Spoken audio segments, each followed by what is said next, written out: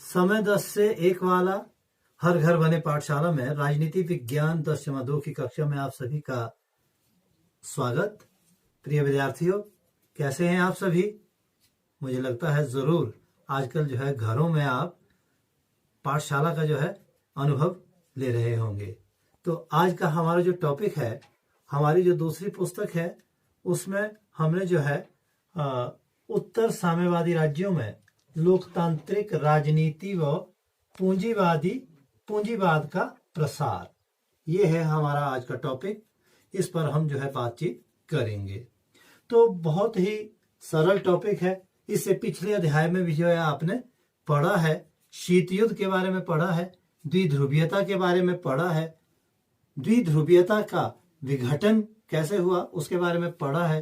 तो उसी का जो अगला भाग है, उत्तर साम्यवादी राज्यों में लोकतांत्रिक राजनीति व पूंजीवाद का प्रसार। तो सबसे पहले हम समझ लेते हैं कि आखिर ये उत्तर साम्यवादी राज्य कौन है, क्या अभिप्राय है उत्तर साम्यवादी राज्यों से।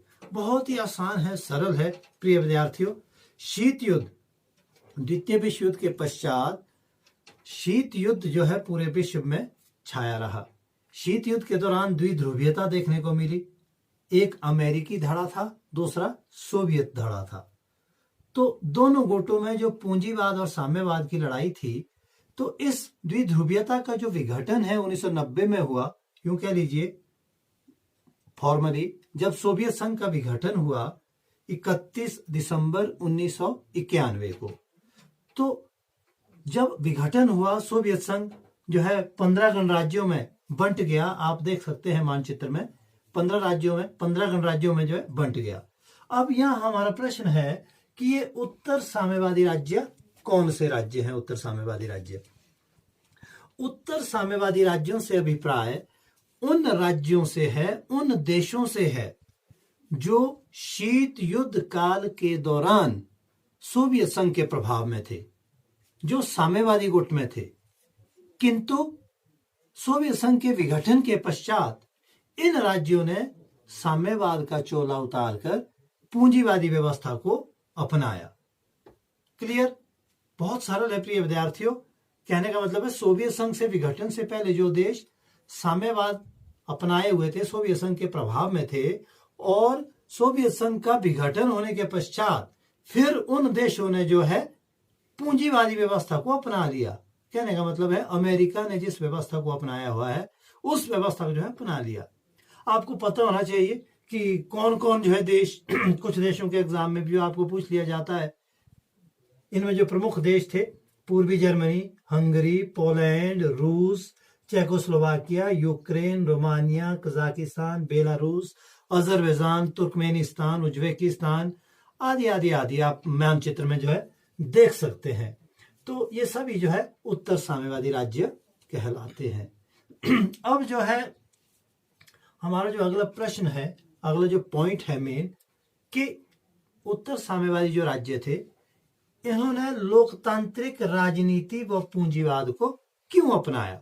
आखिर ऐसे कौन से कारण थे कि इन राज्यों ने जो है साम्यवाद को जो है त्याग दिया और साम्यवाद के स्थान पर पूंजीवाद को अपनाया? बहुत ही सरल। हम जो है 6 हेडिंग्स के अंदर जो है अभी कंक्लूड करेंगे इसको। जो सबसे पहला कारण था, प्रमुख कारण था, वैकल्पिक व्यवस्था का अभाव। क्या अभिप्राय है? उस समय जो है दुनिया में प्रमुख तौर पर 2 ही शासन व्यवस्थाएं विद्यमान थी, साम्यवादी शासन व्यवस्था, पूंजीवादी शासन व्यवस्था। इन देशों ने जो है साम्यवादी व्यवस्था का अनुभव कर लिया था, उससे ये परिचित थे, तो उसके जो खट्टे अनुभव है वो इन्होंने देख लिए थे। तो इसलिए इनके पास जो है फिर एक ही विकल्प बचता था, पूंजीवाद। तो यही कहने का आशय भी है कि उस समय जो है वैकल्पिक व्यवस्था का अभाव था। अन्य कोई शासन व्यवस्था ऐसी नहीं थी कि ये ऑप्ट कर सके। साम्यवाद से जो है ये तंग आ चुके थे, तो इसलिए जो है इन्होंने पूंजीवादी व्यवस्था को अपनाया। दूसरा जो प्रमुख कारण, गृह युद्ध की स्थिति। गृह युद्ध की स्थिति कैसे, क्यों ये हेडिंग दी गई, क्यों ये कारण दिया गया? जब ये गणराज्य जो है 1990 के दशक में सोवियत संघ का जब विघटन हुआ, इनका जो आश्रयदाता था सोवियत संघ खुद ही टूट गया, तो वहां पर जो है बड़ी अफरा तफरी और अव्यवस्था का माहौल था। भ्रष्टाचार चरम पर था। जो साम्यवादी नेता थे उन्होंने जो है एक तरह से स्थानीय स्तर पर तानाशाही स्थापित कर दी थी और देश में एक तरह का अव्यवस्था का माहौल फैल रहा था। अमीर और गरीब के बीच में बहुत ज्यादा अंतर पैदा हो रहा था। यूं कह लीजिए कि देश में जो है एक तरह से गृह युद्ध की स्थिति उत्पन्न हो रही थी इन सभी जगह। तो इसलिए उत्तर साम्यवादी राज्यों के जो शासक थे उस समय के, उन्होंने जो है संविधान का निर्माण कर असीमित रूप से जो है शक्तियों का जो है प्रयोग करते हुए वहां पर इस गृह युद्ध की स्थिति से निपटने के लिए लोकतांत्रिक राजनीति को अपनाया, पूंजीवाद को अपनाया। तीसरा जो प्रमुख कारण, दयनीय आर्थिक स्थिति। दयनीय आर्थिक स्थिति मतलब इनकी जो अर्थव्यवस्था है उसका बिल्कुल जर्जर हो जाना, कमजोर हो जाना। अब दयनीय आर्थिक स्थिति के कारण जो है कि इन्होंने साम्यवादी व्यवस्था को त्यागा, पूंजीवाद को अपनाया। साम्यवादी शासन के दौरान देखिए क्या हुआ। शीत युद्ध के दौरान, साम्यवादी शासन के दौरान जो अमेरिकी गुट था, पूंजीवादी गुट, और सोवियत संघ का जो गुट था, उन दोनों के बीच जो है बहुत अधिक तनाव रहा। साम्यवादी देशों ने भी जो है अपनी आय का जो अधिकांश हिस्सा था वह जो है अस्त्र शस्त्र और हथियारों के निर्माण पर व्यय किया। उन्होंने जो है रोजगार, खेतीबाड़ी, जो प्रमुख अर्थव्यवस्थाएं थी उस तरफ बिल्कुल भी ध्यान नहीं दिया, जिसका जो है परिणाम यह देखने को मिला कि इन देशों में जो है इनकी जो आर्थिक स्थिति है वो बिल्कुल खराब हो गई, चरमरा गई। तो इसलिए जो है जो ये इनकी आर्थिक स्थिति थी, इसको जो है पटरी पर लाने के लिए, अपनी अर्थव्यवस्था में सुधार करने के लिए इन देशों ने लोकतांत्रिक राजनीति और पूंजीवादी व्यवस्था को अपनाया। चौथा जो प्रमुख कारण था, शॉक थेरेपी। शॉक थेरेपी अंग्रेजी का शब्द है।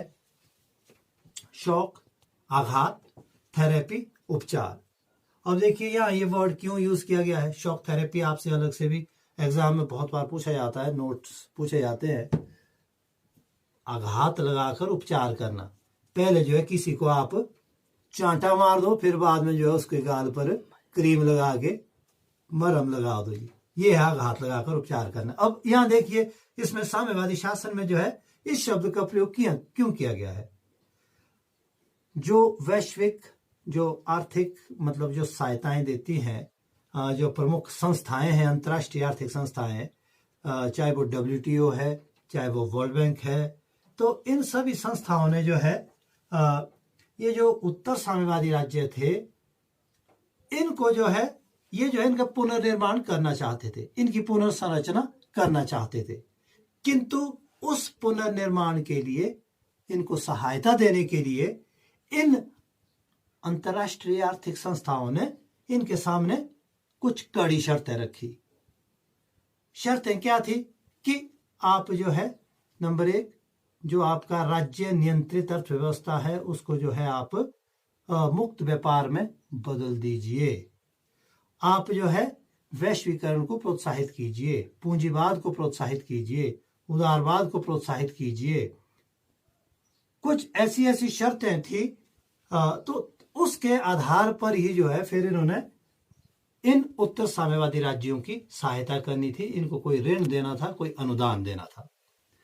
अब इन संस्थाओं का सदस्य बनने के लिए, सहायता प्राप्त करने के लिए जो उत्तर साम्यवादी फिर राज्य थे, इन्होंने जो है अपने यहाँ पर LPG पढ़ा है, हमने पिछले वीडियो में भी जिक्र किया है, तो उसको जो है बढ़ावा दिया। इनका जो फिर जब उदारवाद को बढ़ावा दिया तो जो राज्य नियंत्रित औद्योगिक इकाइयां थी उनको जो है फिर निजी हाथों को जो है बहुत ही औने पौने, बहुत ही कम दामों में बेच दिया। इससे जो है राज्य का बहुत बड़ा नुकसान हुआ। तो उस नुकसान के बदले जो है वो जो उपचार किया, उन्होंने कुछ ऋण कर्ज दिया, तो तभी जो है इसको शॉक थेरेपी का नाम दिया गया है। तो ये जो है शॉक थेरेपी, आघात लगाकर उपचार करना। अगला जो प्रमुख कारण था अमेरिकी प्रभाव। अब 1991 में जब सोवियत संघ का विघटन हो गया, शीत युद्ध समाप्त हो गया, द्विध्रुवीयता का अंत हो गया, तो विश्व में जो है एक ही आर्थिक महाशक्ति बची थी और वह थी संयुक्त राज्य अमेरिका। संयुक्त राज्य अमेरिका पूंजीवादी देश था। अब अमेरिका जो है अब उसे मालूम था कि ये देश जो है उसके प्रभाव में आने चाहिए और ये तभी आएंगे अगर जो है उन पर वो नजर रखे। तो जैसे उनका विघटन हुआ तो अमेरिका जो है उनको अपने ओर सम्मिलित करने के लिए पूंजीवादी धड़े में उनकी जो है आर्थिक सहायता का प्रलोभन देने लगा। वहां पर अन्य सभी प्रकार के जो उसके पास विकल्प थे उन माध्यम से जो है सहायता करने जो है उसका आश्वासन दिया। तो असली जो उद्देश्य था वो था कि भाई वह यह था कि जो साम्यवाद है उसका जो है पूरी तरह से उन्मूलन हो। अमेरिका का यही था, उसका जो अमेरिकी जो प्रभुत्व है दुनिया पर वह जो है कायम हो। तो इसी अमेरिकी प्रभाव के कारण भी ये देश जो है विवश हुए लोकतांत्रिक राजनीति को अपनाने के लिए, पूंजीवाद को अपनाने के लिए। अगला प्रमुख कारण मुक्त व्यापार। मुक्त व्यापार भी एक प्रमुख कारण था। 1990 से पहले जब इन देशों ने ये मॉडल नहीं अपनाया था तो वहां पर जो है राज्य नियंत्रित व्यापार हुआ करता था। राज्य नियंत्रित व्यापार में साम्यवादी मॉडल में क्या व्यवस्था थी, चाहे उद्योग है, कृषि है, अन्य किसी प्रकार का व्यवसाय है तो उस पर राज्य का नियंत्रण होता था। उसमें जो है लाभ को प्राथमिकता नहीं दी जाती थी, सेवा को प्राथमिकता दी जाती थी, सर्विस को प्राथमिकता दी जाती थी। तो इससे जो है बहुत सारी जो औद्योगिक इकाइयां थी वे जो है घाटे में चली गई थी। तो वहां के शासकों ने जब यह अनुभव किया तो फिर राज्य नियंत्रित व्यापार के स्थान पर मुक्त व्यापार को जो है उन्होंने एक विकल्प माना। जो औद्योगिक इकाइयां थी उनको जो है निजी हाथों में बेचा ताकि वहां उनकी जो अर्थव्यवस्था है वो जो है फिर से पटरी पर आ सके। जो विश्व व्यापार संगठन था, विश्व बैंक था, उनका भी जो है यही मत था, यही इच्छा थी कि ये सभी उत्तर साम्यवादी राज्य जो है मुक्त व्यापार को बढ़ावा दें। तो यही जो है प्रमुख कारण थे उत्तर साम्यवादी राज्यों द्वारा लोकतांत्रिक राजनीति व पूंजीवाद को अपनाने के। तो उम्मीद करता हूं कि आपने जो है ये सभी हमने अभी तक जो बातें की ध्यान से सुनी होंगी। आप जो है फिर से इसको देख सकते हैं वीडियो को, एक बार नहीं 2 बार देखिए, 3 बार देखिए और समझिए, कंटेंट को समझिए और उसके बाद जो है ट्राई टू राइट, कुछ जो है आप लिखो, लिखने का भी साथ के साथ प्रयास करिए और आप पहले समझेंगे फिर लिखेंगे तो आई होप जरूर आपके दिमाग में जो है इसका एक स्थायी चित्र बनेगा। All the best, thank you.